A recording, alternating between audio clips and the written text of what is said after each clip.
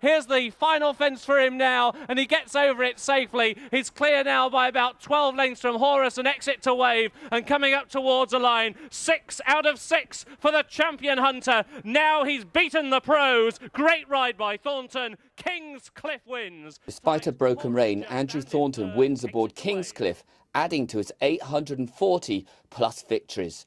But how does he manage to operate at nearly 1.5 stones below his natural body weight? The secret is, if you're doing a lightweight as well, especially, and if you've got a lightweight in a couple of days' time, is to put it on a small plate. Whatever you eat, put it on a small plate, because it's mind over matter, and eat it slowly. That's the best way to do it. A. Thornton loves his pineapple. Great device. Mother, Christmas, 2 Christmases ago. Pineapple off. Cut the top off. There we go. And then the best thing is, one of the best things that has ever been devised, that Gordon Ramsay will be proud of. Hit rock bottom. Next thing is, out she comes. Pineapple, ready for the morning. So many people who relate to this that you'll get halfway through a meal and so many people say, oh, I feel full already.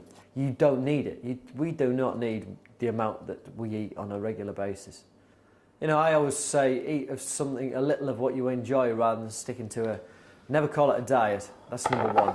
Because as soon as you start to call something a diet, you think that that's what you have to stick to. And it's keeping the mental state right as much as anything. But it's a healthy way of living.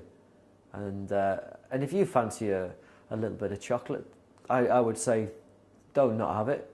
Have a little bit of chocolate and a cup of tea, because you're craving for it. And the thing is, when you are lighter than you should be, your body does crave sweet things. So don't deprive it from it, but just everything in moderation. Right, I really enjoy cooking, so we better get cracked on because time's getting on.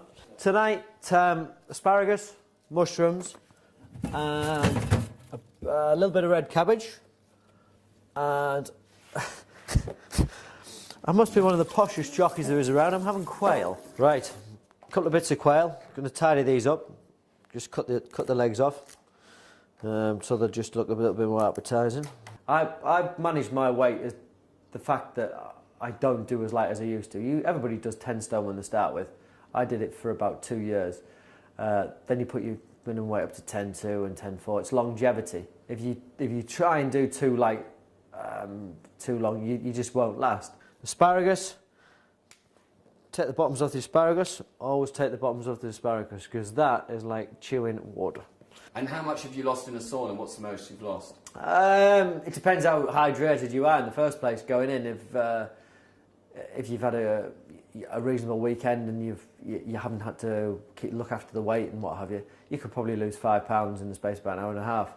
Or on the other hand, if you're watching the weight and watching what you've taken, probably 3.5 pounds is probably what you'd take off comfortably without feeling, you know, I've never got out the sauna thinking I can't ride. I'd rather eat a little bit of something rather than eating nothing, because from my point of view, that would scramble my brains for what little brains I've got.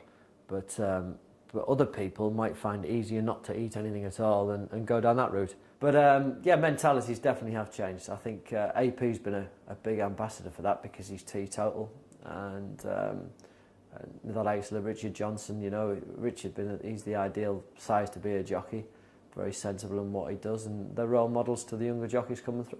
I love riding, and as long as I have to keep struggling with the scales, I've had to do it all my life. I started watching my weight when I was 13 years old, and that's been part of my life, and I don't know any different. Now, this is AP. See that?